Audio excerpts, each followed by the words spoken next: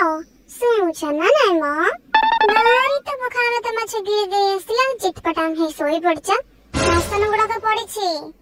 କିଏ ଧୋଇବ ବା ତମ ବାପା ହଁ ପଖାଳ ଭାତ ମାଛ ଯେମିତି ମୁଁ ଏକା ଖାଇଛି ନା ତମେ ତ ଶୁଙ୍କି ଦେଇ ପଳେଇ ଆସିଛ ନାଇଁ ମୁଁ କାହିଁ ଧୋଇବି ତୁମେ ଯାଉନ ଧୋଇବ ତୁମେ କଣ ମୋର ଜବାବ ଦଉଛ ଆରେ କିଛି ନ କହିଲା ବେଳକୁ ଅତି ହଉଛ ନାଇଁ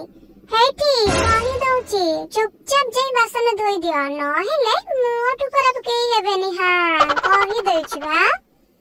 ମୁଁ ନାଇଁ ଆସିବାର ତମେ ଯାଇ ଧୋଇ ଦିଅ ଏକା ସନ୍ଧ୍ୟାରେ ଏକା ପଖାଳ ଖାଇବାର ତ ନିଦ ଆସିବାର ମୁଁ ଶୋଇବାର ତୁମେ ଯାଇ ଧୋଇ ଶୋଇପଡ ମୋ ପେଟ ଭାରି ହୋଇସାରିଛି ମୁଁ ତମକୁ ବାହା ହେଇ ଆଣିଛି କାମ ସବୁ କରିବ ବୋଲି କଣ କହୁଥିଲ ଆଉଥରେ କହିଲ ନାଇଁ ଆଉଥରେ କହିଲ ଆରେ ସେ ଯିବ କାଟିଦେବି ବୁଝିଲ ଏମିତି କଣ ହଉଛ ନା ନାଇଁ ତମେ ଏମିତି କଣ ହଉଛ ମା ମତେ କଣ ଡରଉଛ ନା କଣ ଡରଉଛି ଡରେଇଲେଣି କୋଉଠି ବା ଏ ପର୍ଯ୍ୟନ୍ତ ମୋ ରାଗ ଦେଖିନ ଏଇଠି ଛୁରୀ ଦେଖିଛତି ଆଖିକୁ ଫୁଟେଇ ଦେବି ଅନ୍ଧ ହେଇକି ବୁଲିବ ଶୁଙ୍ଗି ଶୁଙ୍ଗି ବାଟ ଚାଲିବ